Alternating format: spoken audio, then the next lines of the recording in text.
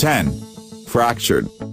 Directed by Brad Anderson, Fractured relies heavily on Sam Worthington's central performance.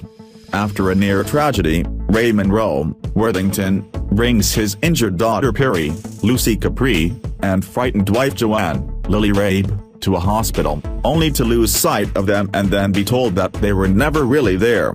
The psychological thriller excels through pacing and restraint, most notably when a subplot implies that Ray might have discovered a secret basement operation.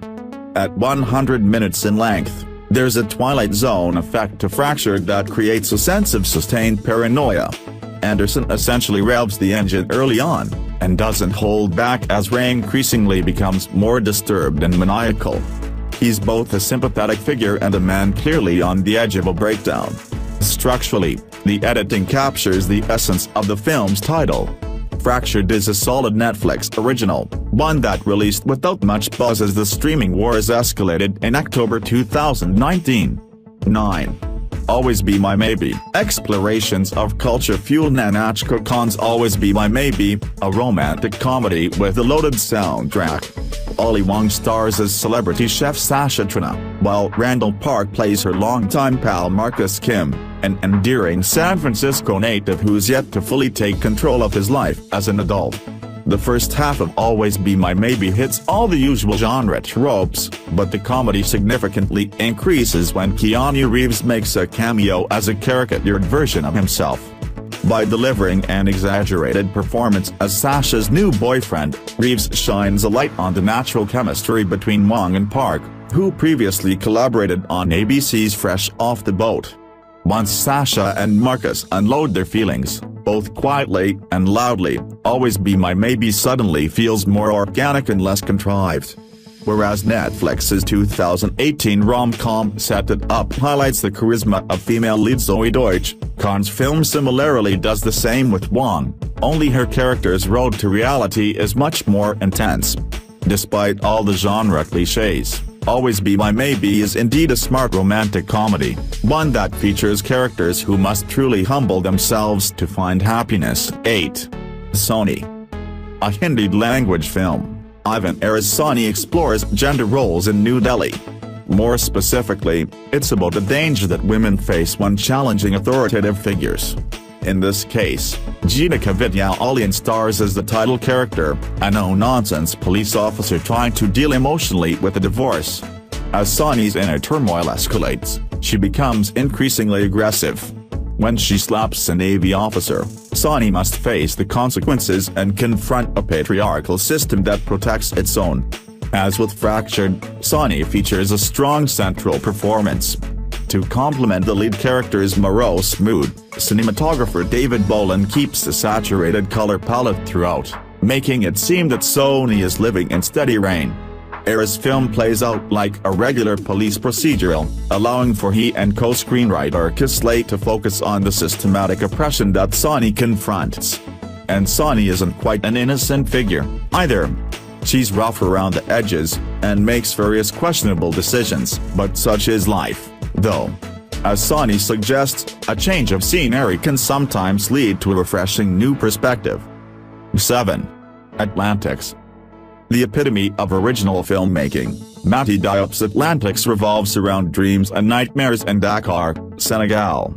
When construction worker Slimane Ibrahim Traore stresses about his financial security, he sets sail with numerous Dakar locals in search of better opportunities.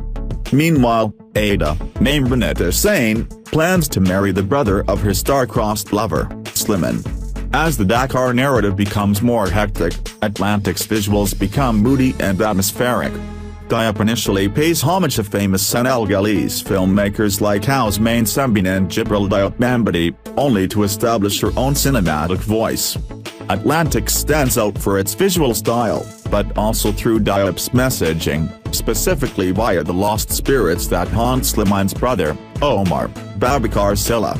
There are no clear-cut answers from act to act, but rather the implication that the characters must look deeply inward in order to find a sense of peace. Atlantic spotlights the work of a filmmaker on the rise, and Diop even made history by becoming the first black woman to have a film in competition at the Cannes Film Festival. 6.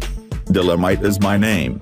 In Dolemite is my name, a comedy icon delivers a masterclass in situational humor. Eddie Murphy stars as real-life filmmaker Rudy Ray Moore, who made and starred in the 1975 blaxploitation classic Dolemite.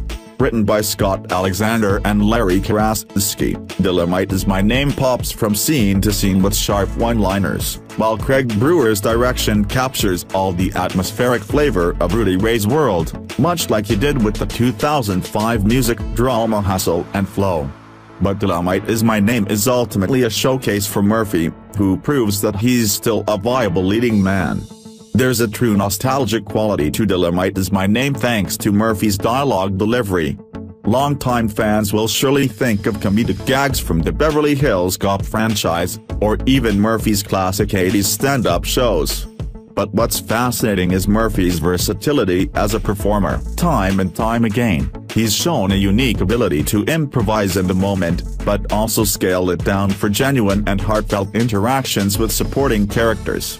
Dolemite is my name may not go down as one of the most enduring Netflix originals of 2019, but its weak spots are few and far between.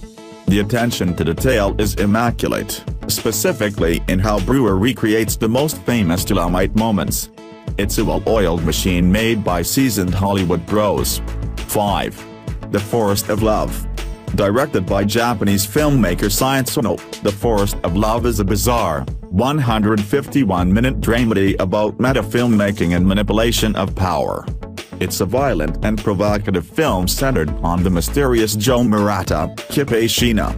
At first, he's viewed as a menace to a group of young guerrilla-style filmmakers, and could even be a sexual predator. But he's also charismatic and motivated, which sparks a downward spiral for everyone that he interacts with. It's not an easy watch, as The Forest of Love includes scenes of suicide, sexual assault, and graphic depictions of murder, beyond all the cinematic provocations. However, there's an interesting character study to consider for not only Murata, but also the youths that he preys upon. By slowly revealing the truth about his personality, Murata somehow manages to gain more power, just like wealthy individuals who choose to double down with bravado rather than repeatedly apologizing for questionable acts. The Forest of Love drags at certain points, but it's always evident that Soni is making the film that he wants to make, a Dostoevskian-inspired tale about crime and punishment.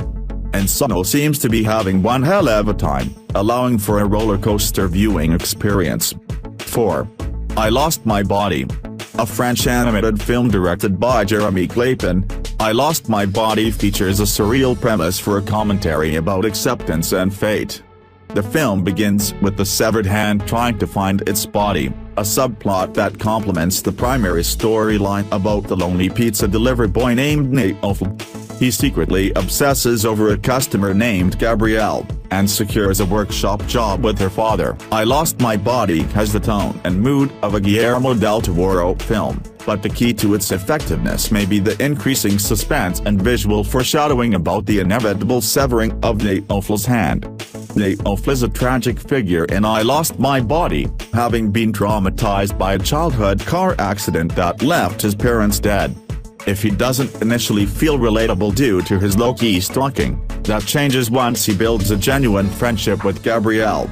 They're both stuck in a moment, unsure about what the future will bring, especially given that Gabrielle's father is sick. As a whole, I Lost My Body is memorable for its visual aesthetic, and also for the unorthodox narrative. But Clapin's film becomes incredibly moving and subversive once the severed hand finds its way back to Nate. 3. Marriage Story. Noah Baumbach wrote and directed this Netflix original, a film that was partially inspired by his relationship with Jennifer Jason Leigh.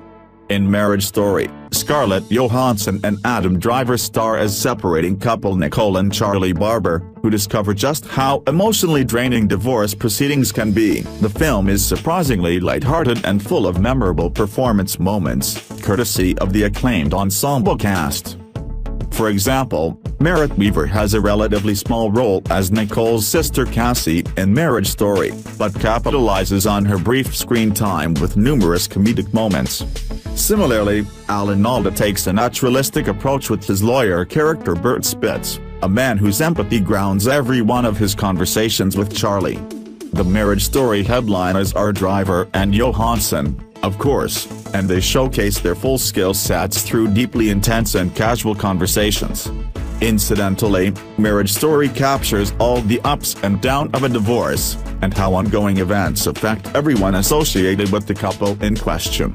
Baumbach always seemed fully in command of his craft, but Marriage Story seems a little more refined than his past films, large in part because of the vulnerability factor that translates on screen.